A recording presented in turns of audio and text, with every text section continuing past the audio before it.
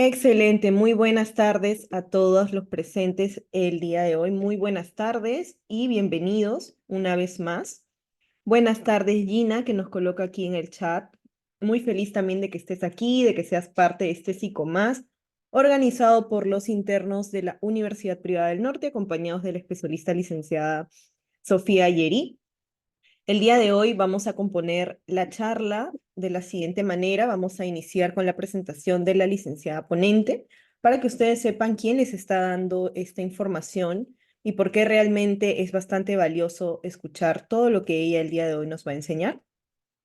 Y del mismo modo, luego de ello, vamos a proceder con algunas preguntas que ustedes quieran hacer a través del chat. Las vamos a solucionar, vamos a resolver también con la psicóloga y vamos a tener una interacción un poco más dinámica también, de manera posterior, a través de un cuestionario. Es muy simple en realidad, pero es muy bonito y nos va a ayudar a saber si realmente tenemos muy claro la información que nos ha dado, si lo hemos entendido y por ahí de repente surge una nueva duda que vamos a poder resolver. Así que sin más preámbulos, quiero presentarles a la licenciada Sofía Rebeca Yeri Gutiérrez. Ella es psicóloga de la Universidad Cayetano Heredia. No solo es una excelente profesional, sino que es especialista también en lo que es gestión estratégica del factor humano. Tiene una mención en desarrollo personal por la UPC, una formación en programa de especialización TREC por la Universidad Continental. Tiene también un entrenamiento intensivo en FACT, está acreditada en A22 por la Universidad de Barcelona. Es especialista en TEA, que es el tema que vamos a ver hoy, con una diplomatura en trastornos del espectro autista por CPAL y actualmente se desarrolla como psicóloga y responsable del programa de violencia en el Centro de Salud Mental Comunitario Carmen de la Legua Reynoso.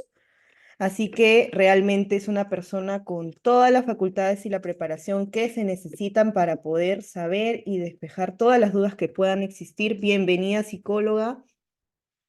A ver si me escucha y si podemos abrir micrófono. Sí, ahí ¿Qué está. tal? ¿Cómo estás, Lucero? ¿Me escuchas? Sí, perfectamente. Genial. Muy Perfecto, bien. bienvenida entonces, psicóloga. Muchas gracias por la participación del día de hoy. Estamos realmente muy agradecidos y muy contentos de que va a poder compartir con nosotros todos los conocimientos que a través de su formación amplia, por lo que podemos ver, va a poder usted enseñarnos mucho, no solamente a los estudiantes y participantes de esta ponencia, sino de manera futura, ya que esto va a quedar plasmado en YouTube. Lo vamos a subir posteriormente y va a ser algo que va a servir mucho a la sociedad para poder capacitarnos. Entonces, sin más preámbulos, la dejo iniciar. Le doy el pase completo para que pueda continuar la ponencia. Muy bien. Buenas tardes con todos. Bienvenidos a esta ponencia. Se les agradece a todos su participación. El día de hoy vamos a ver un tema muy interesante, que es un tema que está siendo muy recurrente también, que es el tema del TEA, autismo. Y bueno, dentro de lo que vamos a ver el día de hoy tenemos parte teórica, que es importante siempre manejarla, algunos datos adicionales importantes que necesitamos saber. Y también voy a compartir con ustedes algo de experiencia, ¿no? Profesional y personal.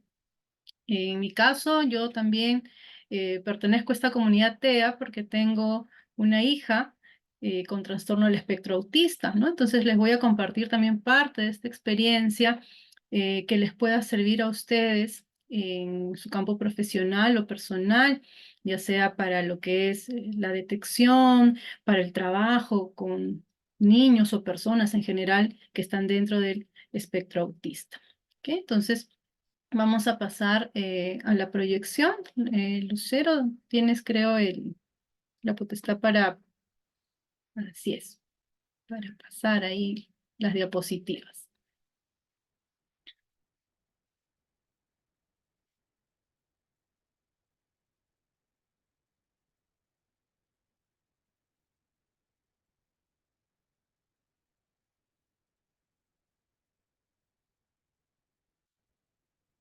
Muy bien, entonces vamos a hacer una pequeña introducción con este video que les vamos a proyectar. Hola, soy Pablo. Aunque soy un niño como tú, veo el mundo de una forma muy diferente. Percibo los sonidos y hasta los olores de una manera especial.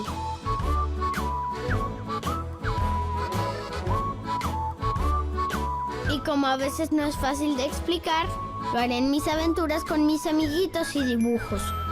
¿Estamos yendo en el camino correcto? ¿Estás listo para conocer mi mundo? ¡Eso creo! No te pierdas Pablo, nueva serie. Solo por Nat Geo Kids.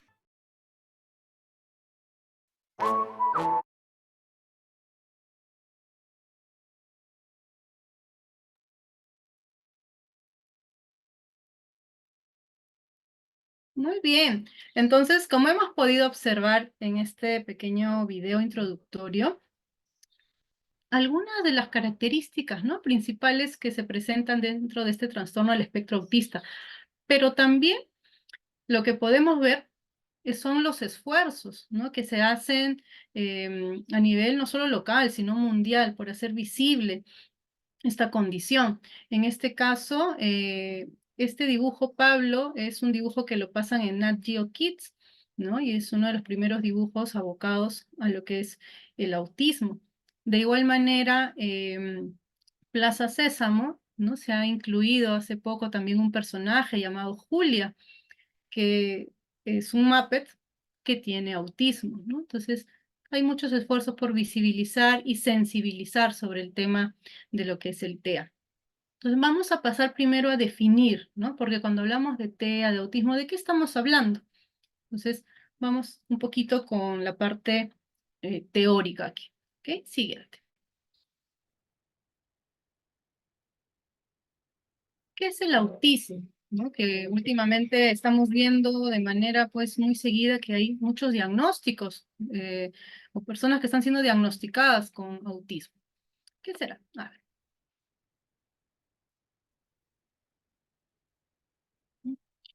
TEA viene del acrónimo Trastornos del Espectro Autista, ¿no? O del espectro del autismo.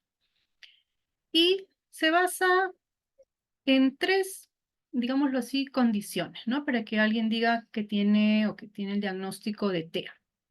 Primero, hablamos de que el TEA es una alteración, ¿no? Por eso hablamos de trastorno. Es una alteración del neurodesarrollo, es decir, cómo el cerebro de una persona está desarrollándose, si es dentro de las pautas, digamos, que ya se tienen, o hay algunos retrasos en este desarrollo o dificultades. Luego tenemos que TEA está dentro de lo que son deficiencias en la comunicación e interacción social. Entonces, aquí vamos a ver las dificultades que pueden haber para que las personas con TEA se puedan comunicar, ¿no? Puedan comunicar sus necesidades, sus deseos, incluso en la parte propia del lenguaje, ¿no? Algunos no tienen el lenguaje desarrollado. Y también la parte de interacción social, es decir, cómo me relaciono yo con otras personas que están a mi entorno, desde los más cercanos, que son mi familia, hasta personas pues extrañas, ¿no? De repente amigos, profesores, etcétera. Y otra condición, cuando uno va a hacer la evaluación y quiere diagnosticar TEA, son los patrones restrictivos y repetitivos de comportamiento, intereses o actividades. ¿Y esto qué significa? Los patrones restrictivos, ¿no?, son aquellos que limitan de alguna forma a la persona. Por ejemplo, de repente a esta persona no le gusta el color verde. Eso me pasó hace poco, por ejemplo, con una usuaria, una pacientita, ¿no? La mamá me decía, no le gusta el color verde. Entonces, no solo no se pone color verde o no quiere pintar con el color verde, ¿no? Si va a pintar un árbol, lo pinta de otro color, morado, no sé, el color que más le gusta. Sino también esto afecta en la comida, porque me decía la señora, mi hija no quiere, por ejemplo, comer alverjitas. Si yo le voy a dar no sé, una alverjita americana, cosas verdes, no las quiere comer. En los jugos que le preparo, tampoco, porque los ve de color verde y ya no los quiere, ¿no? Entonces, una estrategia que, por ejemplo, ella utilizaba era que le daba estos jugos en un vaso colorido, donde no se notaba el verde, lo tapaba, le ponía, ¿no?, la cañita.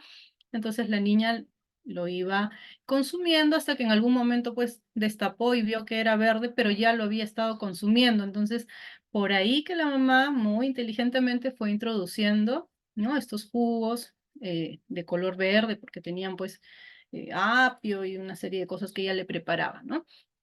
Cuando hablamos de patrones repetitivos del comportamiento, probablemente también nos estamos dirigiendo a aleteos, ¿no?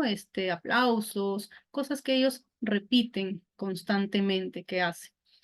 Y los intereses o actividades también, ¿no? También van a estar de alguna forma restringidas o van a ser repetitivas. Por ejemplo, un niño, yo conozco un niño con estos intereses, ¿no? Le gusta mucho el tema de la guerra y de los tanques. Entonces, luego de decirte, hola, ¿qué tal? Te empieza a preguntar y abordar, ¿no? Mira, a ti te gusta y la guerra de tal año y el tanque, no sé, y trae incluso sus maquetas y me las muestra. Entonces, tiene un interés muy restringido, ¿no? Su tema de conversación va a estar guiado siempre a lo que le gusta, a lo que le interesa. Igual con las actividades, ¿no? Va a querer realizar solo actividades que le agradan, que le proporcionan agrado, pero no a todas, ¿no? De repente estar en un cumpleaños, por ejemplo, quizás pueda ser tolerable, pero llega la hora, no sé, de romper la piñata, de cantar el Happy Birthday, y entonces todos nos juntamos y hacemos, pues, ¿no? Un grupo ahí muy compacto y todos cantamos y suena y retumban las voces, y es una actividad que no va a disfrutar una persona con TEA, ¿no? Entonces, digamos, es o son, ¿no? Todos los puntos que nosotros vamos a ir viendo y evaluando para considerar si esta persona está dentro del trastorno del espectro autista. Siguiente.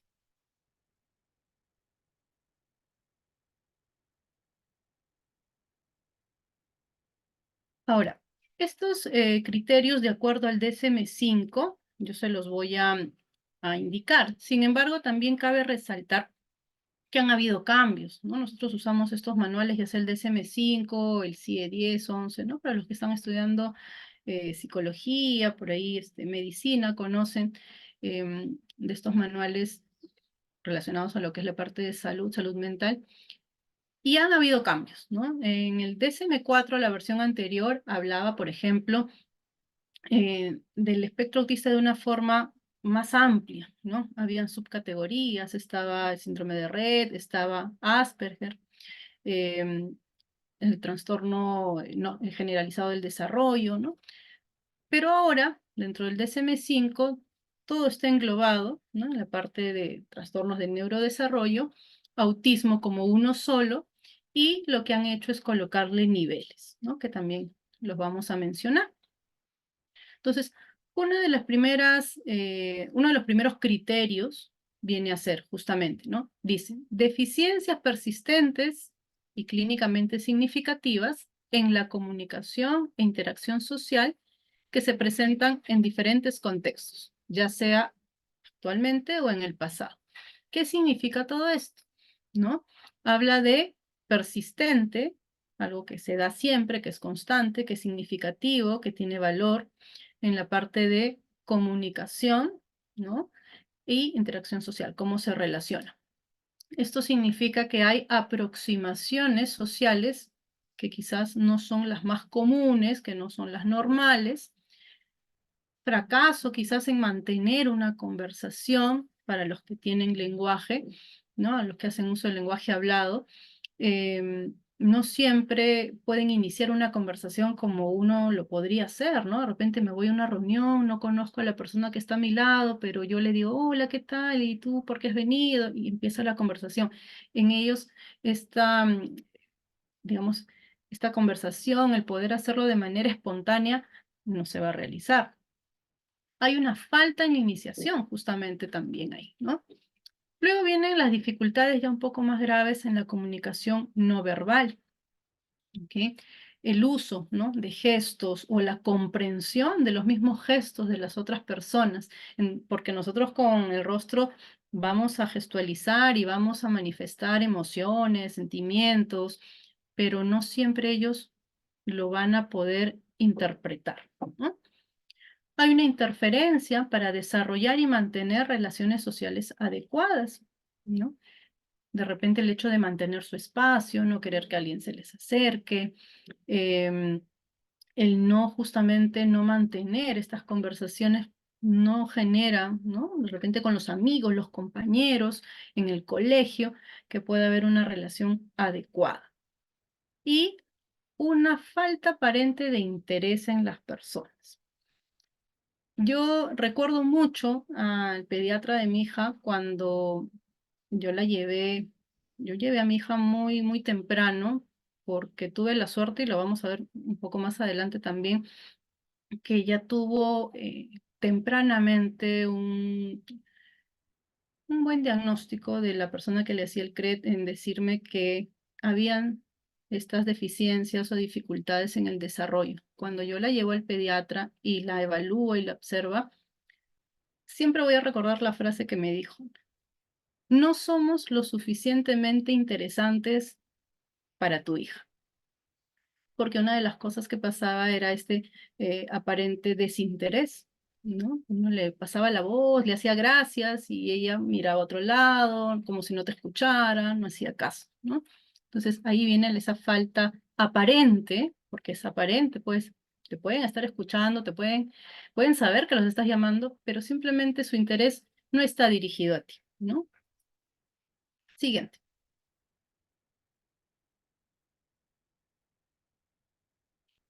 El siguiente punto, el siguiente criterio tiene que ver con los patrones de comportamiento, intereses y actividades restringidas, ¿no? Por ejemplo, el uso de objetos de forma estereotipada.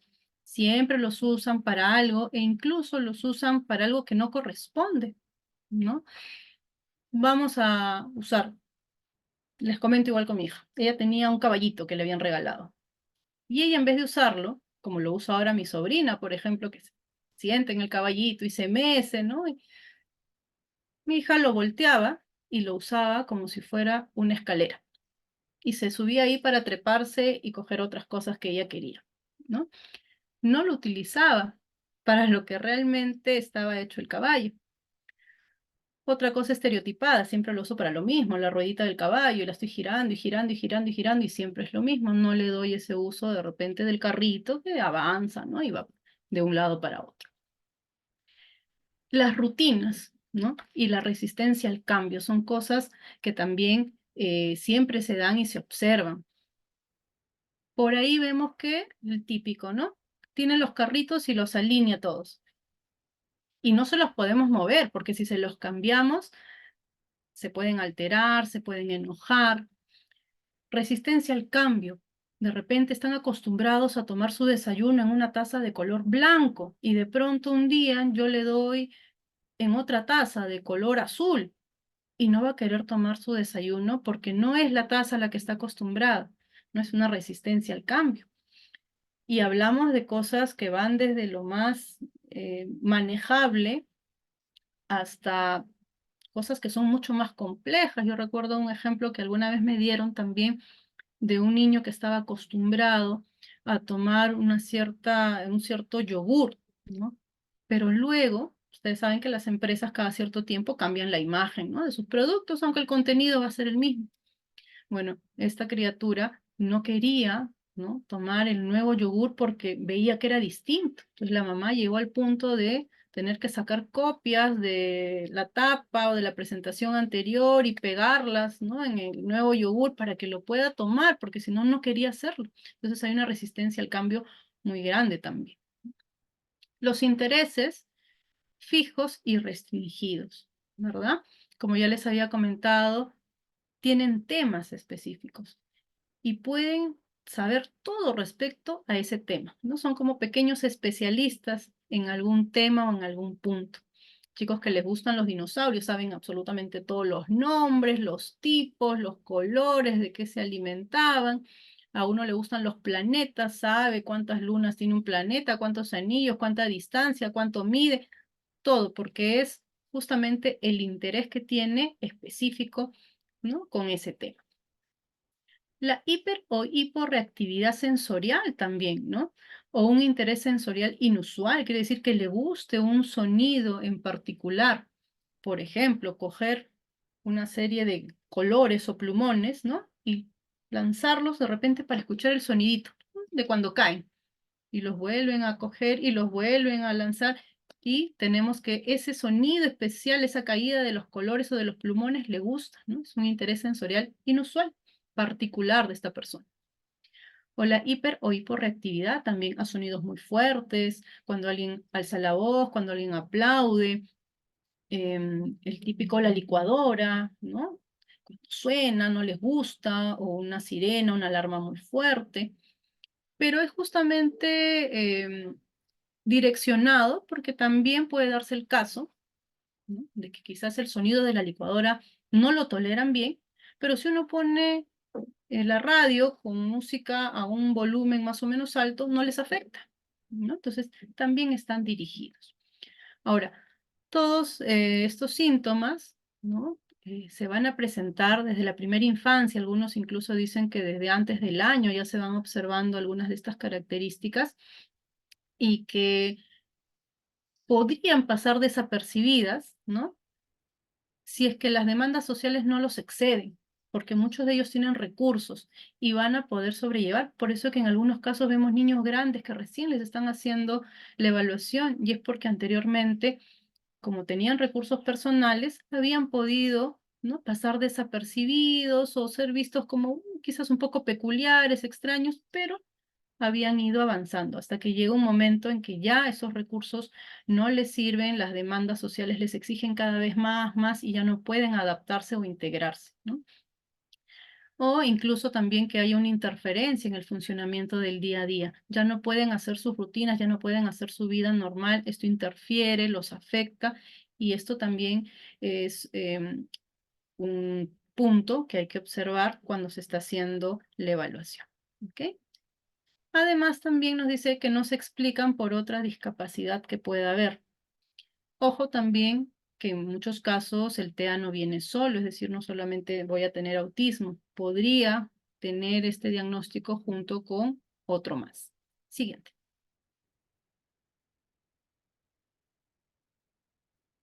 Además de estos puntos que hemos observado, estos criterios diagnósticos, hay que ver que, de acuerdo al DSM-5, y ya que el autismo está englobado en un solo capítulo, digámoslo así, se va a dividir por niveles, ¿no? El primer nivel es aquel en el que la persona con este diagnóstico requiere de ayuda, ¿no? En el nivel 2 es cuando requiere ya de una ayuda notable, hay mayor dependencia de la persona. Y el nivel 3 es cuando requiere una ayuda muy notable, ¿no? Y sí, hay una dependencia sí o sí, de repente está junto con algún otro diagnóstico, hay una comorbilidad. En el CONADIS, cuando les dan su carnet, esto podría significar de repente un nivel, pues, ¿no?, más alto, o los colores del carnet, ¿no?, que los diferencian, que es más severo. Ahora, hay que ver también, como les decía, si viene acompañado este TEA de algún tipo, por ejemplo, de discapacidad intelectual, si hay algún deterioro del lenguaje, si está asociado con algún otro trastorno o afección médica, genético, o si hay algún otro trastorno del neurodesarrollo o del comportamiento también que viene asociado, ¿no? Para poder, sobre todo, hacer una buena evaluación y hacer un buen plan de trabajo, es decir, proponer, ¿no?, qué se va a trabajar con esta persona, qué necesita más. Podemos referir, por ejemplo, para terapia de lenguaje, para terapia ocupacional, para terapia de juego, para terapia de conducta, pero podemos priorizar, ¿no?, de acuerdo a las necesidades de este niño o niña, qué necesita primero. Si tiene completamente retraso en el lenguaje, si no tiene lenguaje, entonces probablemente ahí va a ser mi foco y es lo primero que yo debo trabajar. Siguiente. Vamos a ver algunas consideraciones, ¿ok? Algunas cosas que debemos tener en cuenta cuando estamos refiriéndonos al trastorno del espectro autista. Por ejemplo, hay esta información que más o menos a partir del año 2012 se han realizado publicaciones acerca de estudios de la prevalencia del TEA, y nos habla, ¿no?, que actualmente se maneja un caso de TEA por cada 100 nacimientos. Antes esto era digamos de repente uno cada 165 más o menos, ahora disminuido es uno cada 100. Se hablan en algunos estudios de que es uno cada 60, ¿no? Porque se van viendo cada vez muchos más casos. El ratio siempre se da más o se diagnostica más en hombres que en mujeres, ¿no? Pero eso también ha ido cambiando. Antes era 4:1, ahora es 4:2, ¿no? O sea, de 4 personas con diagnóstico, no, o sea, perdón, 4 personas con diagnóstico son varones y 2 mujeres. Los padres, y esto es un punto importante. Los padres empiezan a observar que hay alguna alteración, alguna diferencia con sus hijos aproximadamente al año 10 meses, cerca de los 2 años, ¿no? Antes de eso no lo ven así, lo ven como que, bueno, de repente mi hijito se ha retrasado en algunas cosas, no las hace, pero quizás yo también me retrasé, me demoré en caminar, me demoré en hablar, el papá también, entonces lo van dejando, no lo toman tan en cuenta, ¿no? Pero ya más o menos a los 2 años empiezan a observar esto. En algunos casos no los llevan a evaluación, en otros sí, pero todo este proceso de evaluar y de diagnosticar, sobre todo si vamos a un tema de seguro, pues, estatal, que las citas no son frecuentes, etcétera, el diagnóstico los padres lo están recibiendo cerca de los 4 años, imagínense, ¿no? Desde los 2 años hasta los 4 años. Han pasado 2 años que no se sabe exactamente el diagnóstico, que no se le ha estimulado, que no se le ha dicho quizás qué terapias deben llevar. Y esto coincide, muchas veces esta edad coincide con el ingreso al nido. Entonces son las profesoras o los profesores aquellos que empiezan a detectar estos casos y empiezan a comunicarle a los padres que los lleven a evaluación psicológica porque están observando que sus niños presentan algunas dificultades, ¿no? Es importante también saber que una persona con autismo no se hace, ¿no? No es que en el camino de pronto pasó algo y se transformó y se volvió TEA, ¿no? Sino que ya nace con esta condición. Pero como les había mencionado anteriormente, algunas personas cuentan con recursos personales y no hacen tan evidente su condición hasta que llega un momento en que ya, como les decía, las demandas del entorno son más altas, ¿no? Y ahí es cuando se empieza a evidenciar, pero no es que de pronto se convirtió en TEA. No es una enfermedad tampoco, por lo tanto, no es que yo le voy a dar una medicina y se va a curar y va a dejar de ser autista. No, no es una enfermedad, es una condición de vida, por lo tanto va a acompañar a la persona desde el momento en que nace hasta el momento que muere, durante toda su vida. Y esto es algo que hay que saberlo porque siempre van a requerir de nuestro apoyo, ¿no? Sobre todo si tiene un nivel más alto en el que requiere un apoyo más notable. Y también hacer de conocimiento que hay una ley, la ley 30.150, que es la ley de protección de las personas con trastorno del espectro autista, ¿no? Que va a tener algunas peculiaridades con respecto a ello. Siguiente, por favor.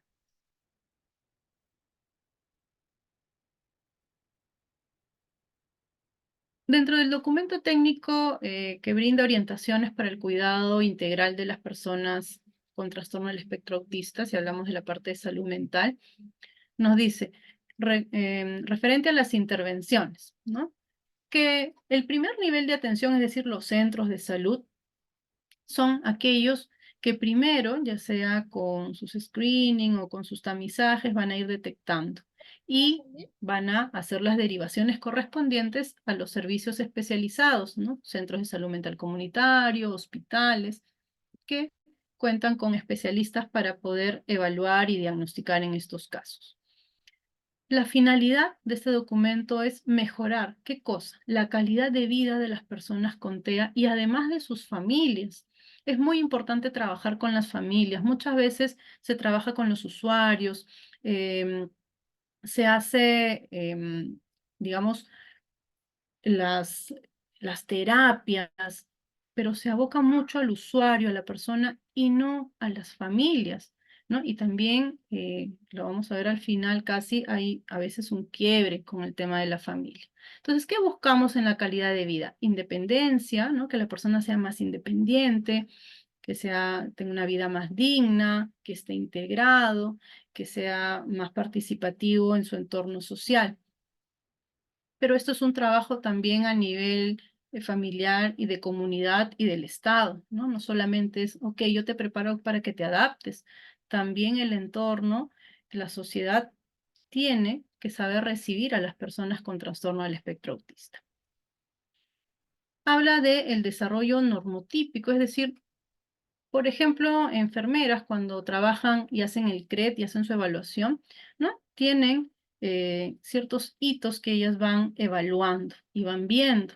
Entonces aquí vamos a ver que hay hitos del desarrollo entre los 3 a 36 meses que hay que ir evaluando y hay que ir viendo, ¿no? Así, por ejemplo, en el caso de mi hija fue como al hacerle el CRED y las evaluaciones mes a mes, fuimos viendo que se hacían brechas. Al principio, de 10 criterios, hacía 8. Ok, vamos a esperar que estos dos el siguiente mes, ¿no?, se vayan regularizando. Pero el siguiente mes, de 10, ya no hacía 8, hacía 6 y así, ¿no? Entonces la brecha se iba ampliando. Íbamos viendo que cada vez habían más hitos que no se estaban cumpliendo. Y esto es una alerta que nos dice, aquí está pasando algo, necesitas hacer una evaluación más especializada y descarta. Coordinación y articulación, ¿no? ¿Con quiénes? Con las instituciones gubernamentales, incluso las no gubernamentales, centros de salud, hospitales, clubes, por ejemplo, de madres. Aquí en Carmen de la Legua tenemos el Club TEA. Es decir, con todos aquellos que estén interesados, ¿no?, en trabajar con las personas con trastorno del espectro autista. Y dentro de este documento técnico también se considera el MCHAT-R, que es un screening, un tamizaje, y se realiza una versión que se llama la versión peruana, ¿no?, que está adaptado al lenguaje que tenemos nosotros aquí en el Perú, ya que hay una versión española, ¿no?, que difiere. Por ejemplo, hay uno, si le gusta jugar el cucutraz, acá nosotros no lo conocemos de esa forma, ¿no? Entonces, está adaptado para el lenguaje peruano y poder hacer de manera correcta este tamizaje y poder detectar si hay niveles de riesgo. Siguiente. Ahora, cuando vemos el tema de detección y diagnóstico, ¿no? Es muy importante poder hacer todo esto lo más pronto posible. ¿Ok? Hay estudios que dicen que ya desde los 9 meses se pueden ir detectando algunos indicadores de autismo. Entonces, la importancia que tiene el llevar a nuestros hijos a sus evaluaciones, a sus controles, en hacerles sus chequeos. Si hay algún tema de retraso, pues darle todas las herramientas, ¿no?, para que puedan ellos superar esto, ya sea con llevarlos al nido, estimulación, terapia, juegos, etcétera. Entonces, se puede ver desde las primeras edades del desarrollo, se puede considerar cuando hay retrasos en los hitos del desarrollo, ¿no? Por ejemplo, deben sentarse a los 6 meses, deben caminar a tal edad, todo eso se va a ir evaluando. Cuando hay déficit en el funcionamiento global, cuando es algo más generalizado, ¿no? No es solamente en el lenguaje, no es solamente en el caminar, no es solamente, ¿no?, en pararse, en mirarte, sino hay una serie de cosas que estamos viendo que hay un retraso y a esto le llamamos que hay un déficit en el funcionamiento global general. ¿Es de una etiología compleja? Sí, porque si nosotros vemos los casos, uno y otro no son iguales, ¿no? Y son muy difíciles porque a veces vienen acompañados de otro trastorno, otra comorbilidad que afecta también el desarrollo, por supuesto, de la persona. Y es importante saber que esto viene de una intervención multidisciplinaria. Es decir, que no solamente va a intervenir el psicólogo o el psiquiatra, sino también el neurólogo, el terapeuta, ¿no?, o el psicólogo que va a tratar o trabajar con la familia, la enfermera que hace la evaluación del CRED, la trabajadora social que va a trabajar la parte social familiar con las familias, es decir, es una intervención y un trabajo multidisciplinario, ¿no? Hay muchas disciplinas que intervienen aquí. Siguiente. Vamos a ver un video. Vamos a ver los 4 primeros minutos del video y yo quiero que observen acá porque es bastante gráfico, ¿ok? Todo lo que yo les he ido comentando lo vamos a ver de una manera mucho más gráfica en el video y nos va a permitir ir reconociendo los primeros signos que se dan en este trastorno del espectro autista cuando nosotros estamos evaluando. Entonces vamos a ver 2 casos. Un niño al que se le está evaluando y que no presenta indicadores de TEA y otro que sí. ¿Ok? Entonces vamos a ver la diferencia.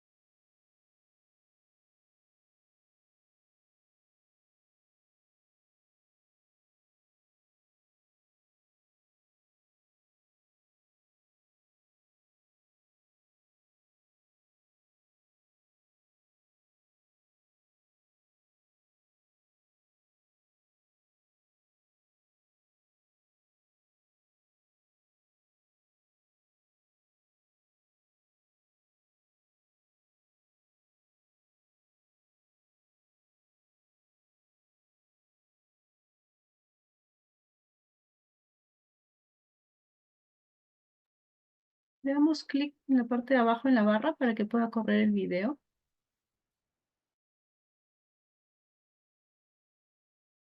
Sí, un momentito, por favor, ponente, porque ha habido un pequeño fallo en el video.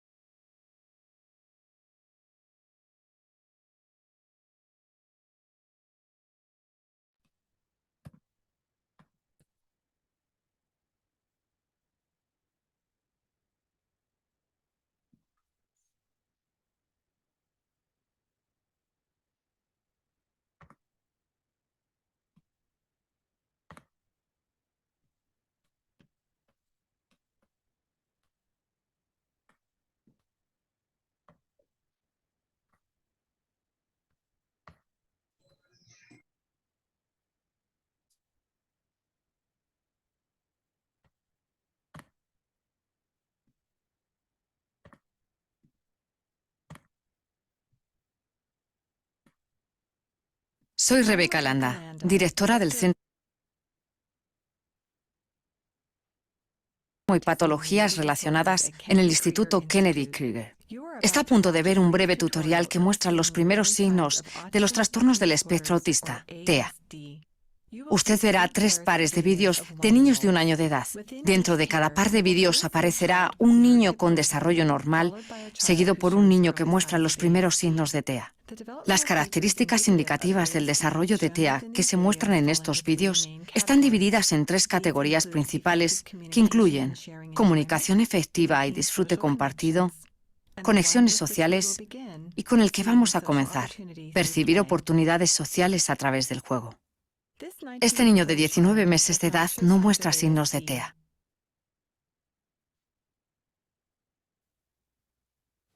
Él ha optado por jugar con las pelotas. Rápidamente integra a la examinadora en su juego.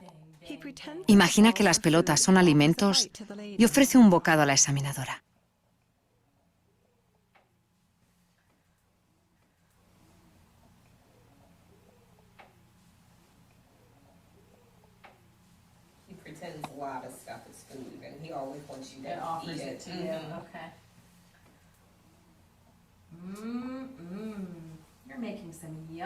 Él entiende que los alimentos, cucharas, platos y la comida pertenecen a un mismo grupo.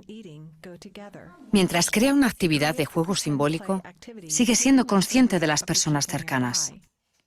Disfruta incorporando la interacción social en su juego y ofrece a la examinadora un bocado.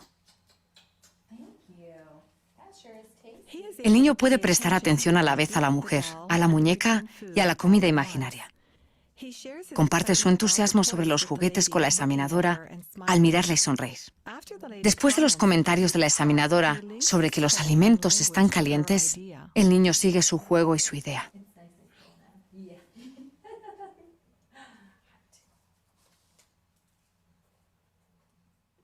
Aquí imita la acción de la señora con la barra de labios de mentira.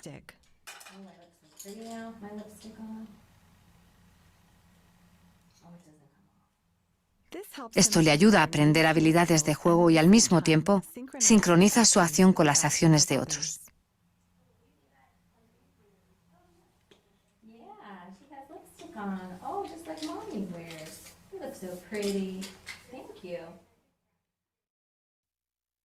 Este niño de 19 meses de edad muestra signos de TEA.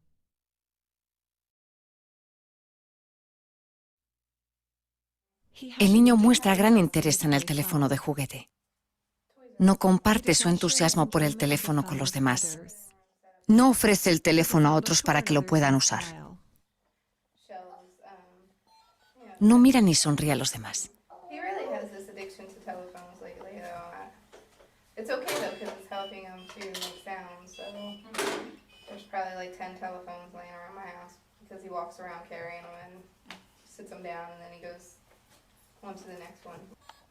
Aunque pone el teléfono en su oreja, no muestra juego creativo con el teléfono. Cuando se le llama por su nombre, no responde. Elliot, Ellie, Ellie, Elliot. No ofrece el teléfono a otros para que lo puedan usar. Progressively, he's not. Su madre intenta distraer su atención del teléfono.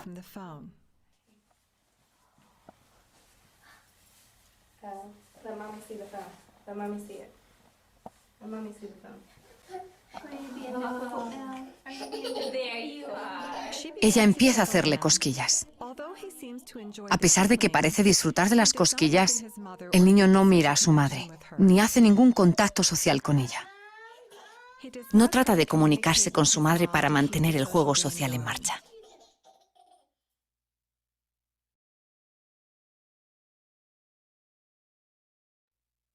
Este niño de 14 meses de edad presenta un retraso del desarrollo motor.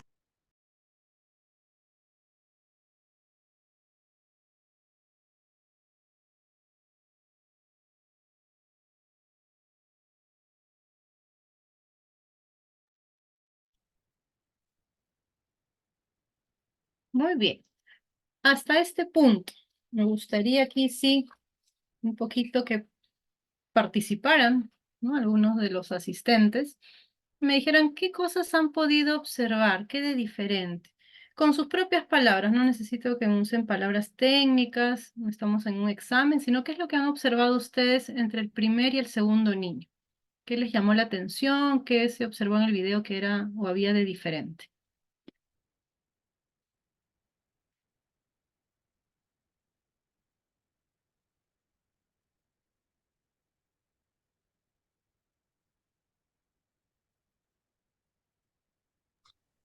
Buenas tardes.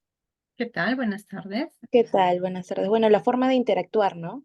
La forma en la que no hace caso o sea, no escucha, ¿no? Su nombre, no reacciona a su nombre, como no fija sus ojos o no presta atención al momento de que lo llaman, ¿no? Simplemente reacciona.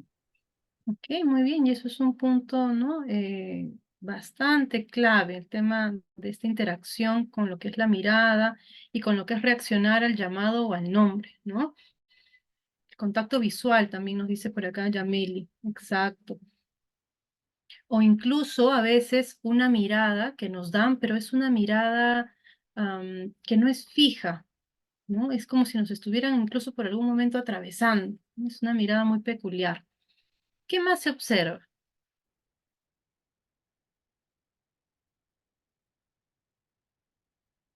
Ok, Cecilia acá nos habla de que hay fijación con algunos objetos, ¿no?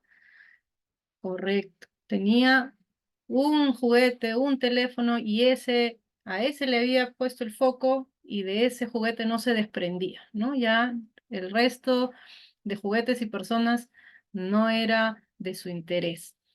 Muy bien.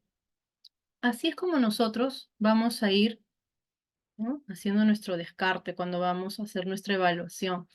Tenemos que ir fijándonos en algunos puntos claves, el tema de la mirada, de la interacción, de la sordera aparente, porque no es que no te escuchen. Ojo, y aquí también por eso es la parte de la evaluación y el trabajo multidisciplinario muy importante.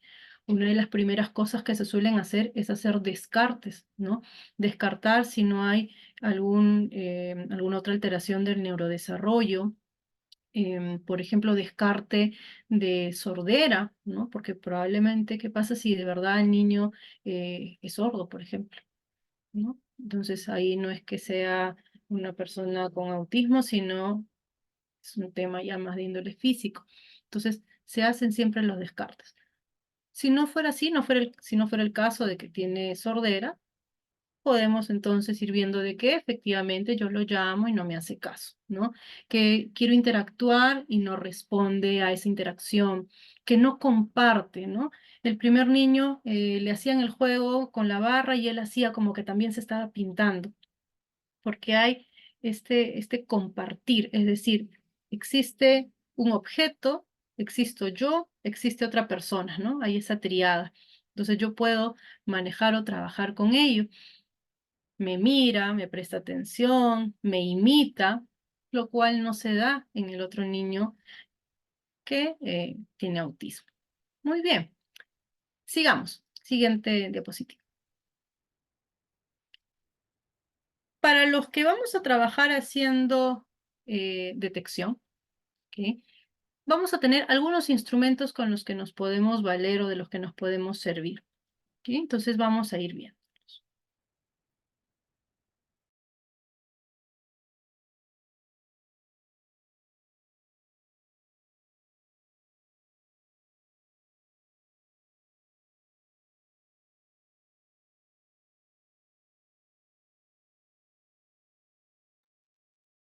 Ok. Este, por ejemplo, es el test peruano de desarrollo de la niña o el niño entre 1 mes a 30 meses de edad. ¿Okay? Esto normalmente lo trabajan las licenciadas en enfermería cuando hacen su evaluación de CREP. Y es sumamente importante porque aquí se van evaluando hitos del desarrollo. Y ahí nos podemos fijar si no están cumpliendo con estos criterios, si no lo están cumpliendo los meses subsiguientes y si hay una brecha en el desarrollo normotípico, normal que debería tener un niño. Yo les cuento mi caso.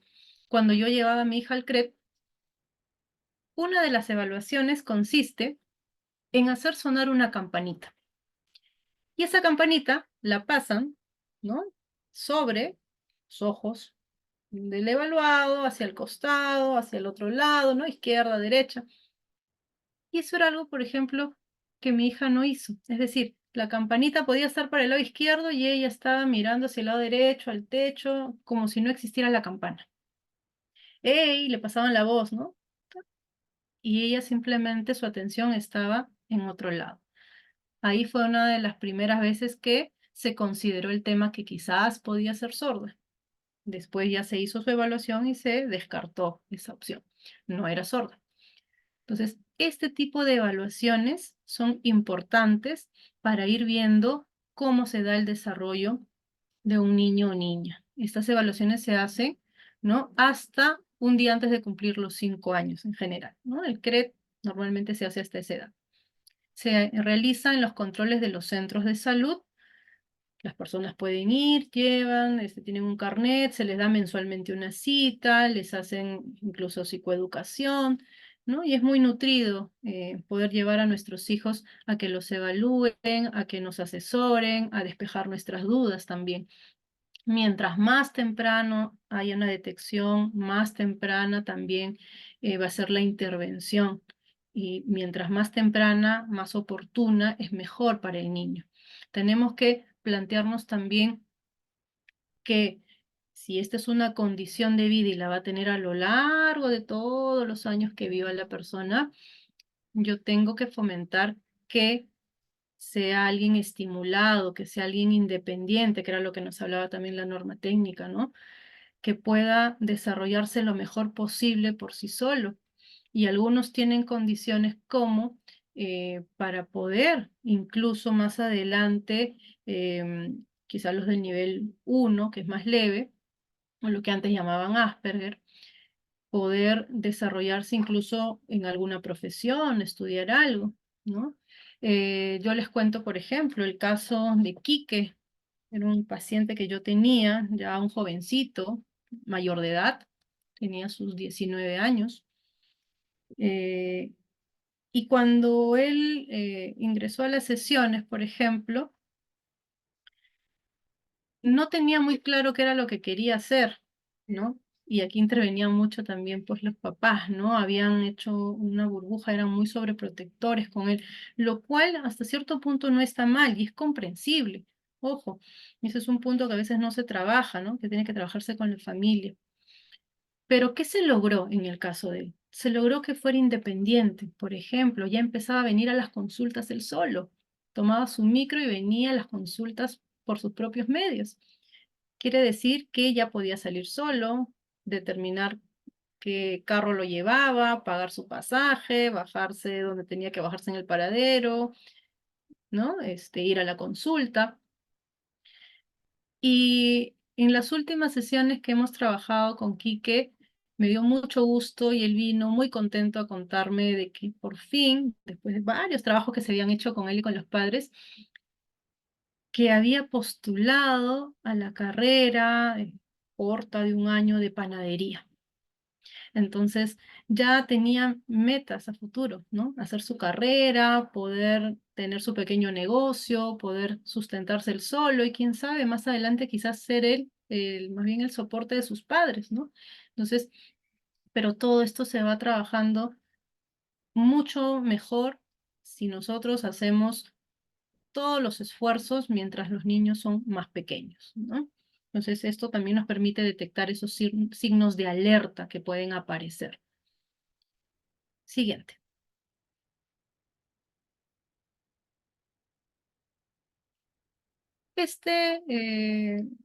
Screen que está acá es del MCHAT-R, que es el que está en la norma técnica, ¿ok? Que es de la versión peruana. Este es un tamizaje porque es rápido, es breve, son más o menos 20 preguntas que nos permiten detectar si hay riesgo. Riesgo bajo quiere decir que está dentro de lo normal, que si uno gusta le puede hacer pues, por ahí alguna estimulación para fomentar el desarrollo de su niño. El riesgo medio significa que por ahí hay algunas alertas a las que hay que estar pendientes, hacerle la estimulación y ver si simplemente se trata de alguna especie de retraso que puede considerarse dentro de lo normal, ¿no? De repente, a ver, mi hijo, no sé, todavía no camina muy bien y ya cumplió el año, ok, pero quizás al año y mes, al año 2 meses ya lo está haciendo. Ok, hubo un pequeño retraso, pero ya se niveló, digamos. Y el riesgo alto, ¿no? Donde sí ya se observan muchas más características y es muy probable que más adelante se pueda dar un diagnóstico de TEA. Entonces, algunas de las preguntas son, ¿no? Si usted señala algo que está al otro lado de la habitación, su hijo o hija mira hacia lo que acaba de señalar, ¿no? Entonces, ese famoso dedito con el que yo señalo algo es un gesto que las personas con autismo no suelen hacer. Ellos usan lo que nosotros llamamos la conducta instrumental. Suelen coger de la mano a un adulto y llevarlo hacia lo que ellos desean. No señalan. Otra pregunta dice, ¿alguna vez se ha preguntado si su hijo es sordo? Y aquí en muchos casos que nos dicen sí, es justamente porque no ha respondido, así como vimos en el video, ¿no? Cuando lo llamábamos. Juancito, ¿no? Rosita, y por más que tú le puedas decir, Rosa, Rosa, Rosa, Rosa no te hace caso. Pero no significa que no escuchen. Son muy selectivos. Yo les cuento un ejemplo. A mi hija, yo la podía estar llamando desde la sala, ella estaba en su cuarto, ¿no? Mi hija se llama Tati. Entonces yo le decía, Tati, Tati, Tati, Tati, me podía desgastar llamándola y Tati no aparecía. Pero de pronto yo abría un chocolate, ¿no? Y suena el empaque. Y de pronto Tati, boom, venía corriendo y se paraba frente a mí y me miraba. Quería el chocolate. Sí había escuchado muy bien el sonido de la envoltura. Sin embargo, cuando yo la llamaba, no venía, no me hacía caso. Entonces, a veces nos podemos preguntar si nuestro hijo es sordo, pero también podemos ver qué tan sordo selectivo puede ser, ¿no? También vamos a evaluar, dentro de todas las preguntas, la parte de relación social, cómo de repente si juega con otros niños. Les cuento otro ejemplo. Una señora que era la abuela, ¿no? De una niñita, vamos a llamar Julia, la niñita. Y cuando yo le empezaba a preguntar cómo se relacionaba ella con otros niños, acuérdense que ese es uno de los criterios también que se evalúan, y ella me decía, yo la saco al parque y mi nieta juega muy bien con otros niños, ¿no? Pero luego, indagando un poco más, ¿qué resultaba? Que efectivamente ella llevaba a Julia al parque, había un montón de niños, Julia aparentemente jugaba, pero ¿qué era lo que hacía? Decían, por ejemplo, vamos a jugar a las chapadas. Y de pronto no, contaban y todos los niños salían corriendo, pero con intención de que no los cojan y no salir del juego. Julia, ¿qué hacía? Julia veía que todos corrían y ella corría, pero no corría con un sentido. Entonces realmente no se estaba integrando al juego. Y eso era algo que quizás la abuela no se había percatado. Para ella su nieta estaba corriendo junto con los otros niños y estaba jugando con los otros niños. De repente había un tipo de interacción, sí, pero no estaba propiamente integrada al juego. Y esto luego fue algo que se observó, ¿no? Porque era una de las características, esta forma en cómo socializa, se desarrolla con los demás. Entonces, así como estas, hay varias preguntas que se hacen en este cuestionario, este tamizaje, el MCHAT-R, que al finalizar nosotros lo podemos puntuar y de acuerdo al puntaje obtenido es que vamos a obtener también el nivel de riesgo. Y en base a ese nivel de riesgo podemos sugerir, ¿no? De repente evaluación con el médico neurólogo, con el médico psiquiatra, evaluación de psicología, evaluación por terapias de lenguaje, ocupacional, etc. ¿Ok? Siguiente.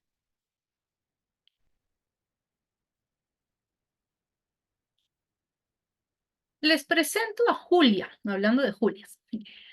Julia, que es la muñequita que está acá, ¿ok? Es la Muppet que yo le contaba que estaba en Plaza Sésamo, ¿ok? Que es la primera Muppet con autismo. Y con ella vamos un poquito a explicar algunos indicadores de riesgo que se pueden presentar en niños y niñas pequeños, ¿no? En niños y niñas que van desde los 9 meses, es decir, antes del año, mírense, hasta el año y medio, porque es súper importante, como les vuelvo a repetir, que nuestros diagnósticos sean lo más temprano posibles. Entonces, primero, no fija la mirada cuando le hablas, dice. No te devuelve la sonrisa. A veces les reímos, ¿no? A un bebé uno le sonríe, le hace gracias y el bebé probablemente responda también con esa risa o esa sonrisa. Y esto es algo que no ocurre, ¿no? Y esto está relacionado a lo que nosotros llamamos diada o triada de atención conjunta, ¿no? Diada de dos. Tú con el niño, con la niña, con el bebé, ¿no? Y le sonríes y no te responde o no te está mirando. Y triada cuando ya hablamos de tu adulto, el niño o el bebé y algún objeto, ¿no? Entonces de repente tú le muestras un objeto o como la campanita, ¿no? Estaba la evaluadora, el niño, la campanita, pero el niño estaba disperso, estaba mirando a otro lugar. Otros indicadores, por ejemplo, dice, no señala para pedir algo, comida, un juguete, algo que le interesa, ¿no? Ese gesto con el dedo no lo realiza.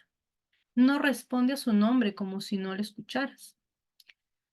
Cuando le hablas, puede ser que repita alguna de tus palabras. Pareciera que te ha entendido, ¿no? Tú le dices, está bien, ¿verdad? Y te responde, está bien, ¿verdad? Pero en realidad está haciendo una especie de repetición o ecolalia.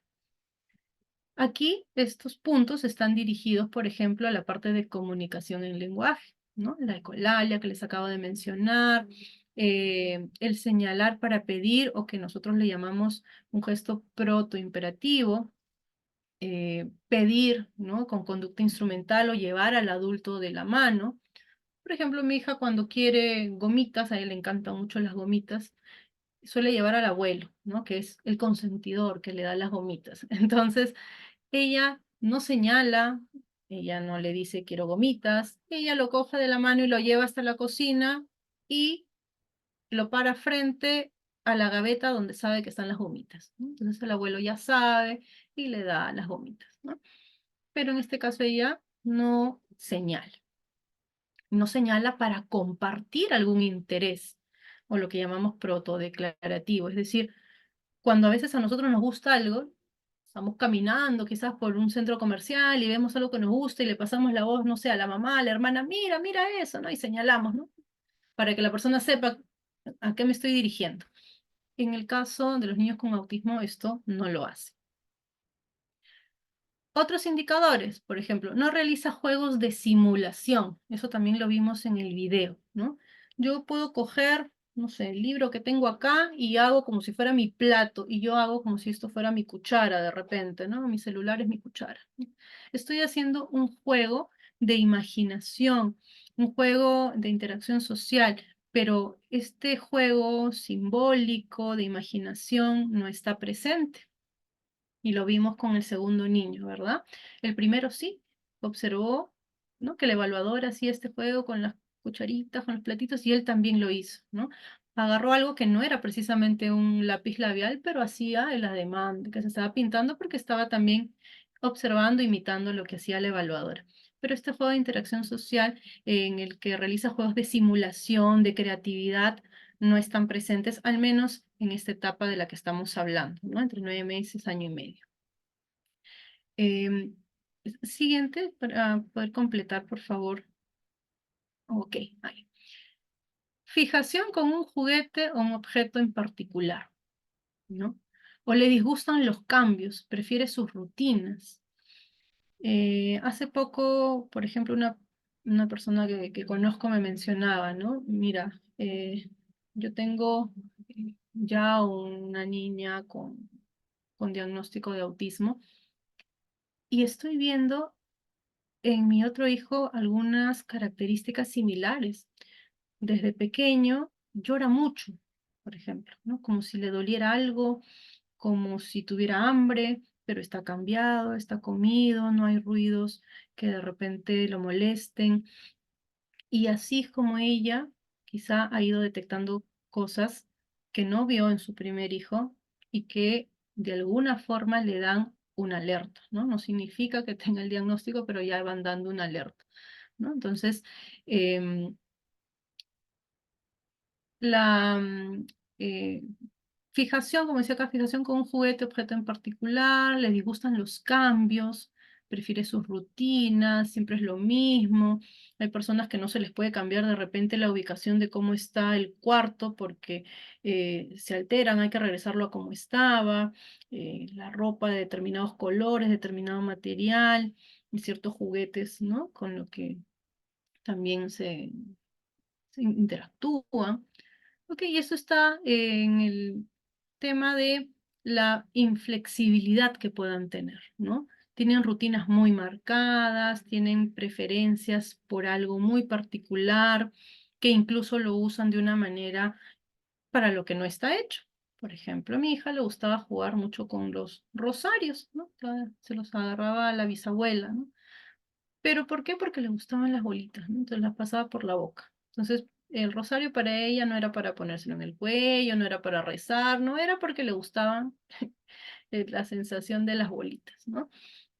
Entonces ahí tenía algunas rutinas y algunas preferencias.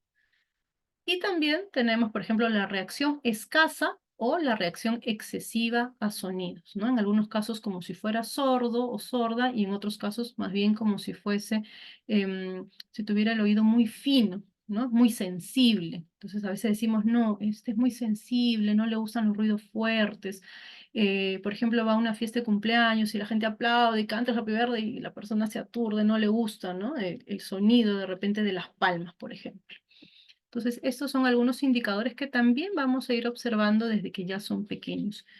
El tema de la mirada, el tema de que pareciera sordo, que tenga cierta inflexibilidad en algunas cosas, que utilice mucho o tenga una preferencia marcada por algo y que de repente incluso la utilice para algo que no es, y esta sensibilidad a ciertos ruidos, ya son algunos indicadores que podemos ir observando y que nos van a dar una alerta y con los que debemos tener cuidado.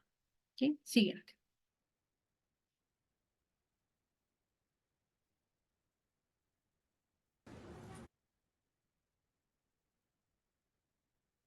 Ok, cuando nosotros vamos a evaluar, también debemos tener algunas consideraciones, cosas a las que debemos prestarle atención para que nuestra evaluación sea mejor.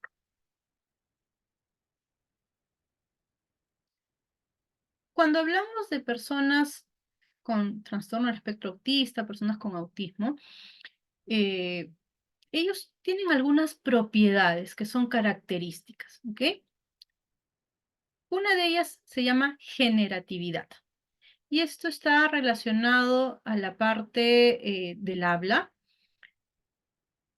donde, por ejemplo, nosotros vamos guardando palabras. Nosotros tenemos una gran capacidad en nuestra memoria de almacenar miles de palabras. Ellos van almacenando a veces oraciones o frases como palabras. Es decir, si yo les digo hola, buenos días, todo eso, ¿no? No es para ellos hola, buenos días, sino hola, buenos días. Es como uno solo, como si fuera una sola palabra. Ellos van almacenando así. Por eso que a veces funcionan ciertos comandos, ¿no? Con ellos para enseñarles a comunicarse. Otra propiedad es la ostensiva o declarativa, ¿no? En este caso habla de compartir, ¿no? Lo que ellos tienen, el mundo mental, ver a otro, lo que se suele hacer como sujeto de experiencia, prestar atención a otros. Pero en el caso de ellos muchas veces eh, lo ven como algo más que como un medio, ¿no? Somos un medio. No debería ser solo para pedir, pero nos utilizan como un medio. Tenemos la propiedad de dependencia pragmática, ¿no? Es decir, el uso que le damos a este lenguaje y que está relacionado al contexto, ¿no? Y muchas veces los niños con autismo o las personas con autismo pueden serlo, pero no es a propósito, impertinentes y decir cosas que no corresponden, ¿no? Quizás en un momento inadecuado. de repente están, no sé, se me ocurre, en un velorio y de pronto dicen a la mamá, ¿y por qué lloran? Si ya se murió. Poniendo un ejemplo extremo, ¿no? Entonces, podría parecer impertinente, oye, silencio, ¿qué estás hablando? No, no digas eso. Pero es el uso que ellos le hacen eh, a la forma de comunicarse y al lenguaje. El doble significado. Las personas con autismo muchas veces no van a entender o comprender o utilizar ironías, sarcasmos, la ambigüedad, ¿no? Por eso que a veces también en los colegios, si se da el tema de repente que hay algunas burlas, ellos no lo entienden, ¿no? Ellos son más literales, son más directos, más francos, te dicen lo que piensan, lo que sienten, ¿no? De frente. Siguiente.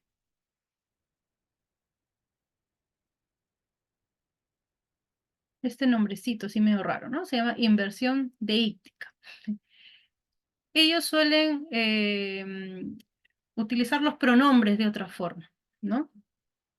Si yo le he enseñado a que cuando quiere galletas me diga, ¿quieres galletas? Yo le ofrezco, ¿no? Yo, Sofía, le ofrezco, ¿quieres galletas? Le digo a Tati. Vamos a suponer que ella me responda. Cuando ella quiera galletas, me va a decir, ¿quieres galletas? No me va a decir quiero, sino la frase como tal, ¿no? Pero lo está diciendo para sí mismo. ¿Quieres galletas? Eso va a ser su manera. Ahora, esto no necesariamente lo podemos tomar como algo malo, porque si es una persona que, por ejemplo, no se ha comunicado adecuadamente, a la que le estamos enseñando de repente a pedir cosas, esto puede tener una función útil, ¿no? Porque finalmente me está pidiendo, de repente con esa inversión deíctica, no me está diciendo quiero, me está diciendo quieres, pero está ya utilizando las frases, ya está pidiendo, ya está entendiendo de que esta frase le permite obtener algo, ¿no? En este caso, las galletas.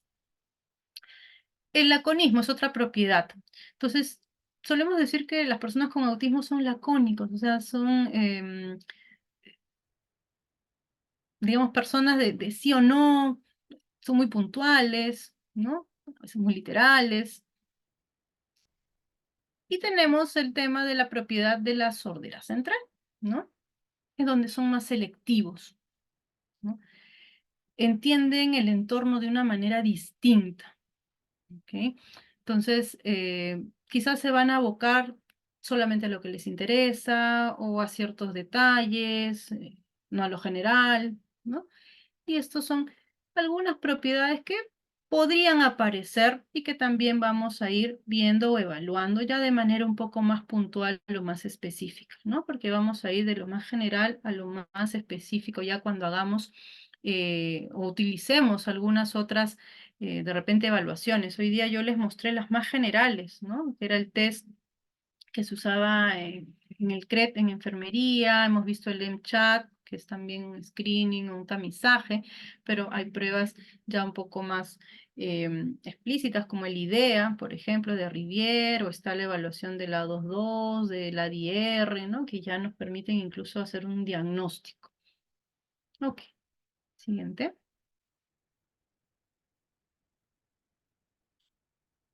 Y este punto yo lo agregué acá porque me pareció súper importante y creo que al inicio se los mencioné, el tema del diagnóstico del TEA y la familia. Cuando una persona o una pareja, ¿no? decide tener su familia, decide tener un hijo, una hija, traer al mundo a una criatura, a un ser humano, se generan muchas expectativas. Nadie tiene un hijo pensando que van a ser con alguna alteración, con alguna malformación. No, no es eso lo que pensamos, más bien nos hacemos muchas expectativas de cómo va a ser y de repente en algún día, no sé, va a ser médico, va a ser policía, va a ser, no sé, astronauta, tantas cosas, ¿no? Futbolista, qué sé yo. Nos generamos muchas expectativas y cuando recibimos este diagnóstico, esas expectativas se quiebran. La familia, la persona también. Y cambia completamente su percepción del mundo, sus metas, su vida, el cómo conciben al hijo, a la hija que tienen al frente, el qué van a hacer, cómo van a hacer, incluso pensar, ¿no? ¿Qué va a ser de mí cuando yo no esté? ¿Qué va a ser de mi hijo o de mi hija? Entonces, es un punto que también creo que es muy importante trabajar con las familias, el cómo dar el diagnóstico y el cómo trabajar con la familia, porque la familia es importantísima. Cuando estábamos hablando del tema del CREP, si no me equivoco, les mencioné el ejemplo de Quique, ¿no? Entonces, igualmente, de ser un joven que venía y los papás lo traían a ser una persona independiente que se moviliza sola, que los papás comprendieron que era importante que ellos le dieran su espacio, que lo generaran independiente, que lo acompañaran a los lugares que se habían seleccionado como posibles institutos para que estudie, y finalmente él ha podido inscribirse y está iniciando una carrera. Entonces ahí se trabajó mucho con la familia para que entiendan qué era el TEA, para que puedan aceptar la condición de su hijo, para que sepan que él tiene fortalezas también y hay que aprovechar de esas fortalezas y que con el apoyo de ellos él avanza. Y efectivamente, ahora ya está estudiando una carrera. De repente, como les dije, en algún momento él va a ser el sustento de la casa. Entonces, qué importante es trabajar con los miembros de la familia, sea el papá, sea la mamá, los abuelos, los tíos, ¿no? Y acá justo hay una frase que me encantó, siempre que la veo me conmueve mucho, de Carl Jung, y dice: conozca todas las teorías, domine todas las técnicas, pero al tocar un alma humana, sea apenas otra alma humana. Entonces, qué importante es ponernos en un papel humano. Yo puedo ser terapeuta, psicólogo, te puedo estar dando los diagnósticos, pero ¿cómo lo voy a hacer? Bueno, señor, señora, ¿sabe qué? En base a los estudios hemos visto que su hijo es autista, ¿no? O ¿sabe qué? Su hijo tiene una condición y va a ser dependiente de usted toda su vida. Imagínense que le vamos a dar el diagnóstico así, ¿no? Pobre familia, ¿cómo lo va a procesar? Ya de por sí, el romper todas las expectativas genera un duelo. Entonces, tenemos que ser más humanos al momento de dar los diagnósticos o incluso en el proceso, porque al inicio no sabemos al 100% si tiene o no la condición de autismo, entonces tenemos que acompañar a la familia en ese proceso. Y siempre por eso yo recuerdo, y se los he mencionado ya también anteriormente, ¿no? Esa frase quedó muy marcada en mí, esa frase que me dijo el pediatra, ¿no? No somos lo suficientemente interesantes para tu hija. Ahí él ya me estaba diciendo de que ella era distinta, ¿no? De que su foco de atención era otro. Sin embargo, lo dijo de una manera, ¿no? Que hasta el día de hoy yo lo recuerdo con ese cariño, ¿no? Y no como algo que terminó quizás de romperme a mí en ese momento de saber que algo estaba pasando con mi hija, y que ya habían algunas dificultades de repente en la interacción, en la forma como se relacionaba, cómo se comunicaba ella, cómo percibía el mundo.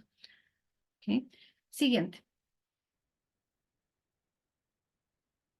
Vamos a ver este video que justamente muestra, y que es a raíz, lo hace la Fundación Telefónica Movistar por el Día de la Concienciación sobre el Autismo, que es el 2 de abril, ¿no? Es un video muy bonito, muy interesante, que resume, creo, esto que yo les estoy comentando sobre cómo recibimos esta noticia, ¿no? Del autismo. Lo ponemos, por favor.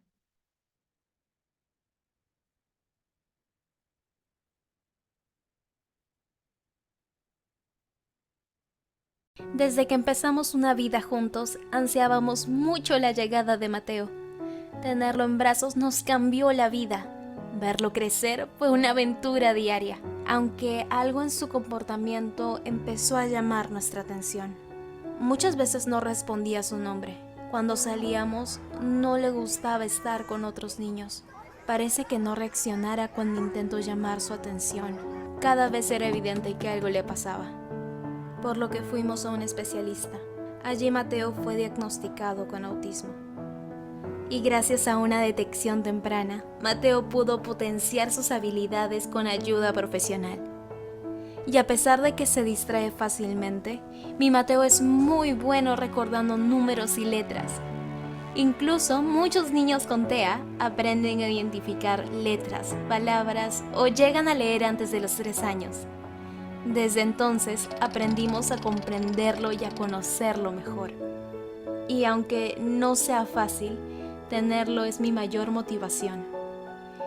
Si tienes un hijo como Mateo, no dudes en acudir a un especialista. La detección e intervención temprana marcan la diferencia.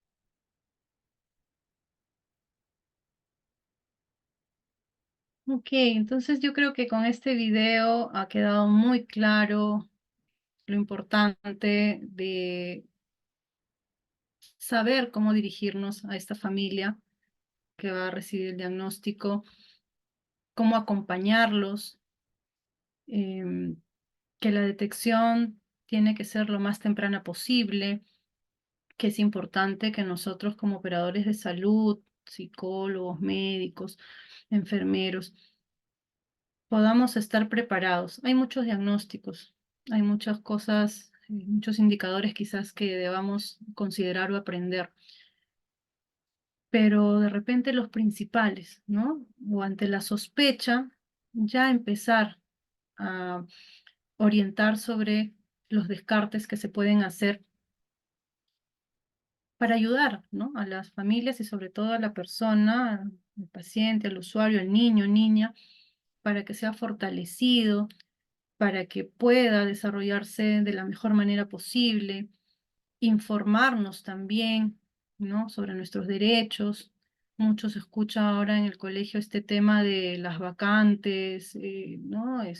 Para niños con algún diagnóstico, discapacidad, condición, pero vemos que en la realidad todavía no están preparados para tenerlos en los colegios y tenemos que buscar otras alternativas, colegios especiales, colegios con menor número de niños, de repente ya no en un nacional, tenemos que hacer una inversión de un colegio particular. También exigir, ¿no? De repente no es que los profesores o las profesoras no quieran, sino que también hay un cambio, ¿no? De tener siempre sus, no sé, 15, 20 alumnos, ahora tenemos niños con algunas características distintas y también tenemos que estar preparados, ¿no? Y esto viene desde, pues, políticas de Estado que permitan que sean capacitados, que permitan que toda la currícula también esté orientada, no solamente a niños normotípicos, sino también a niños con algunas otras condiciones distintas. Hay muchas formas de aprender. El aprendizaje se va a dar de diferentes maneras. Todos tenemos diferentes estilos de pensamiento y de aprendizaje, ¿no? Entonces tendríamos también que aplicarlo, por ejemplo, en la educación, ¿no? Que es sumamente importante. Entonces, con esto espero haberles transmitido un poquito más de conocimiento, de experiencia, sobre todo, tanto personal como profesional, que les sea de utilidad a ustedes, que lo puedan compartir también con otras personas, sobre todo por el bienestar de los niños y niñas, ¿no? Que es lo más importante, y el bienestar familiar en general, porque si esa familia está unida, está fortalecida, estos niños van a tener una mejor calidad de vida, que es a lo que debemos apuntar. ¿Ok? Entonces les doy las gracias por haber estado presentes. Y por ahí de repente, bueno, he ido mirando algunas de las respuestas que ustedes me daban, pero si hay alguna consulta adicional, las vamos a ir resolviendo. Tienen un link también, ¿verdad? Que están ustedes completando. Sí, sí, licenciada, tenemos un link en la cual está, es la asistencia, participación de cada uno de nosotros. Y Mm. bueno, si alguien tiene alguna pregunta o quizás alguna duda, una recomendación que la licenciada que está aquí presente quiera que nos haga saber, pueden enviarlo por el chat, pueden escribir en estos momentos. Así de paso también le doy la palabra a mi compañera Cecilia.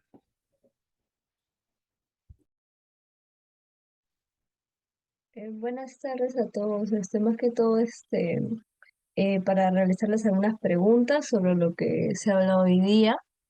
A ver si me pueden responder por el chat para que quede claro más que todo. Quisiera saber la primera pregunta es, ¿qué es el autismo para ustedes? A ver quién me responde por el chat. qué es el autismo para ustedes. A ver si me responden por el chat, por favor. A ver quién es voluntario para responder. Siempre recordar que no hay respuestas buenas ni malas porque creo que estamos en un ambiente también de aprendizaje, ¿no? Y justamente Exactamente, sirve para esto, ¿no? claro. Para aclarar Ujú. esas dudas.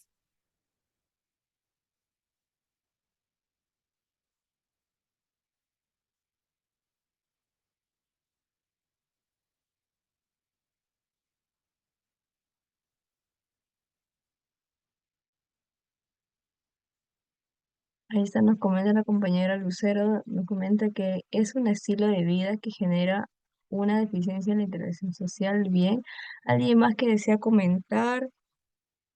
Ujú. ¿Alguien más que desea comentar alguna respuesta? A ver. Pero hablamos de estilos de vida en función a que es una condición, ¿no? Incluso en algunos otros países no le dicen o están intentando ya no llamarlo trastorno del espectro autista, sino condición del espectro autista, por ejemplo, ¿no? Ok. Lady, el autismo no es una enfermedad, es una condición de vida, ¿ok?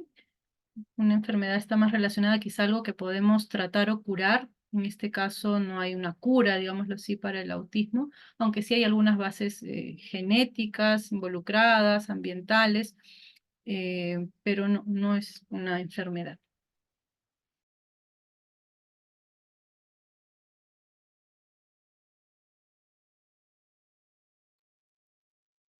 Bien, Gina nos dice, ¿se caracteriza por algún grado de dificultad? Sí, hablamos de grados o niveles. Acuérdense que ahora los niveles para eh, indicar el TEA son nivel 1, 2 y 3, ¿no? Que requiere apoyo leve, moderado y muy notable, ¿no? Con dificultad en la interacción social y en la comunicación. Ajá, ese es uno de los, digamos, de los enfoques, ¿no?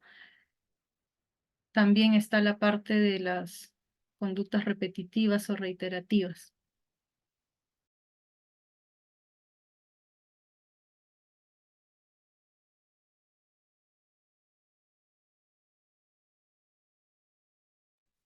A ver, la siguiente pregunta sería más que todo, como hemos comentado también en lo que es toda la charla, digámosle, ¿qué señales se pueden verse en personas con TEA, ¿no? Como nos ha comentado también la psicóloga, también algunos señales, ¿no? Algunos signos que se pueden presentar en ellos, ¿no? A ver si alguien por ahí responde, a ver algunas señales que podemos ver, ¿no? En realidad en todo el general, ¿no? Más que todo, a ver si es que alguien por ahí se acuerda o sabe, ¿no? Más que todo para que pueda responder y poner en los comentarios. ¿No?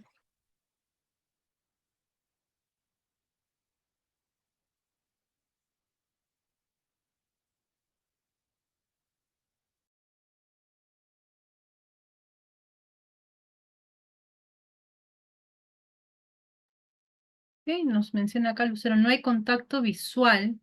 Sí, es una de las cosas que más vamos a ver, el tema del contacto visual. En algunos casos, he visto, por ejemplo, adolescentes con un nivel, digamos, muy leve, ¿no? De autismo, que sí llegan a hacer el contacto visual, pero es muy breve y muy, diría yo, aprendido, ¿no? O sea, ellos han aprendido de que para poder desenvolverse y encajar y generar una interacción con alguien, tengo que mirarlo, ¿no? Entonces, lo realizan, pero digamos que no es algo muy fluido, ¿no? Pero llegan a hacerlo, llegan a aprenderlo. Hay habilidades que se llegan a aprender. ¿No? La relación con el entorno, ¿no? Como lo vimos también en uno de los videos. Puede estar la persona ahí, me habla, pero ¿cómo me relaciono yo con esta persona, ¿no? Quizás ignorándola de alguna forma. Carolina nos dice, la sordera selectiva, así es, ¿no? Lo que me interesa, ¿no? Ese es mi foco.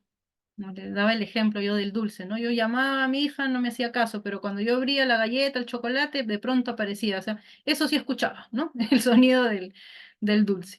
El aleteo también lo hemos visto en el video de otra forma, ¿no? No el aleteo clásico moviendo las manitos acá al costado, sino era con los aplausos, por ejemplo. La falta de juego imaginativo también, ¿no? Las estereotipias, correcto, aquí nos dice Gina. La resistencia a los cambios, así es, las rutinas, ¿no? Entonces a veces vemos también por qué una persona, y pasa a veces, ¿no? Me dicen, últimamente, me dicen, ha estado muy renegón o renegona, o ha estado inquieto, o ha estado llorando, y no sé qué pasa, ¿no? Ahí podemos de repente trabajar con esta parte de los cambios. Algo ha pasado, algo ha cambiado, ¿no? Em, yo tenía un pacientito que, por ejemplo, la mamá me decía, no, ahora está rebelde, me contesta, no quiere hacer caso, está haciendo pataletas. ¿Y qué había pasado?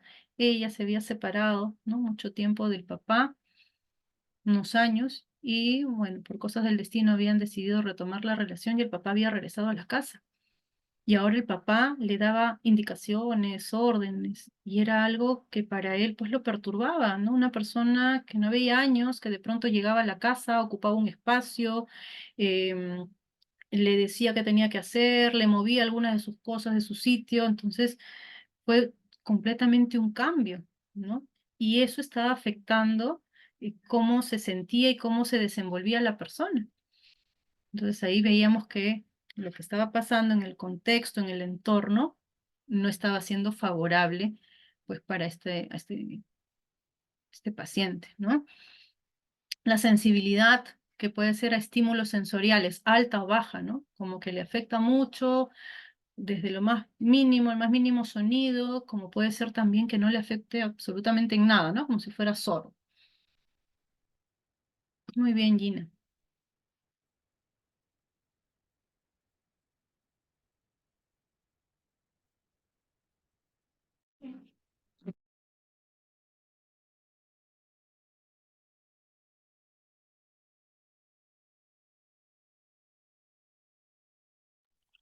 Ahora voy a dar pase a mi compañera Gina para que pueda dar la despedida y a modo resumen de toda la charla. Agradecer también Listo, a muchas Gregory gracias, Ángel, ¿no? Por Cecilia. su comentario. Gracias. En todo caso, recordamos que el link de la asistencia se estará enviando por el chat de la plataforma, de igual forma también en el grupo de WhatsApp. Es importante ya que se mandará el material de la exposición y algunos regalitos también por su asistencia.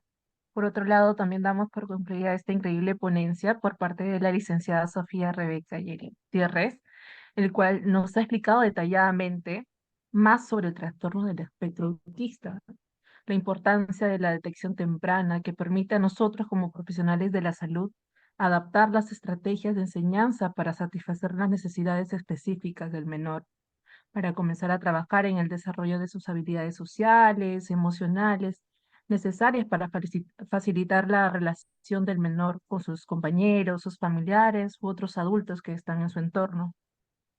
Asimismo, recordamos que la detección temprana permite a las familias aprender estrategias para ayudar a sus hijos, a sus hijas, y a conectarse con grupos de apoyo que puedan proporcionar orientación y asistencia. En resumen, es sumamente importante la capacitación, es fundamental para construir una sociedad más inclusiva y equitativa, donde las personas con TEA puedan alcanzar su máximo potencial y participar plenamente en todos los aspectos de su vida. ¿Correcto? Nuevamente decirle muchas gracias, licenciada, por su tiempo, por el material y por todo lo que nos ha aportado el día de hoy. Muchas gracias a ustedes también por la invitación, por permitirme compartir parte de lo que yo puedo aprender también en todo este tiempo, conocer mi experiencia. Y yo creo que es importante tener estos espacios para compartir, ¿no? No solamente el conocimiento, la parte teórica, sino también la experiencia que nos puede ayudar y que nos pueda dar una red de apoyo. Creo que es muy importante.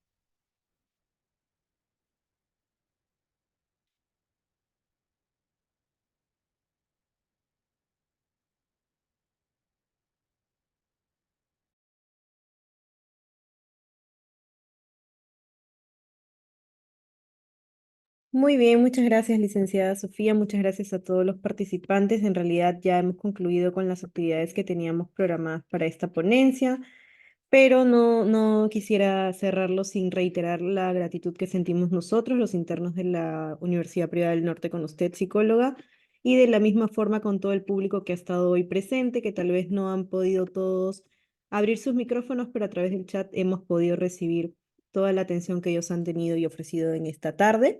Han sido 2 horas, creo yo, muy productivas, nos otorga otra mirada hacia esta población que cada vez es más conocida y así nos ayuda a nosotros también a tener otra forma de ver, otra forma de tratar, otra forma de ayudar a estas personas. Así que muchas gracias, psicóloga, muchas gracias a todos los presentes. Ha sido un gusto de nuestra parte, esperamos que pueda repetirse la oportunidad, de repente con otros temas también igual de interesantes que nos ayuden a seguir formándonos a través de estas charlas y de esta información. Muchas gracias, psicóloga, y muchas gracias a todos los participantes. Entonces, hemos concluido y que tengan muy buenas tardes, un feliz domingo y que tengamos pues siempre presente la inclusión a todas las personas con las que nos rodeamos. Un saludo para todos. Buenas tardes, gracias.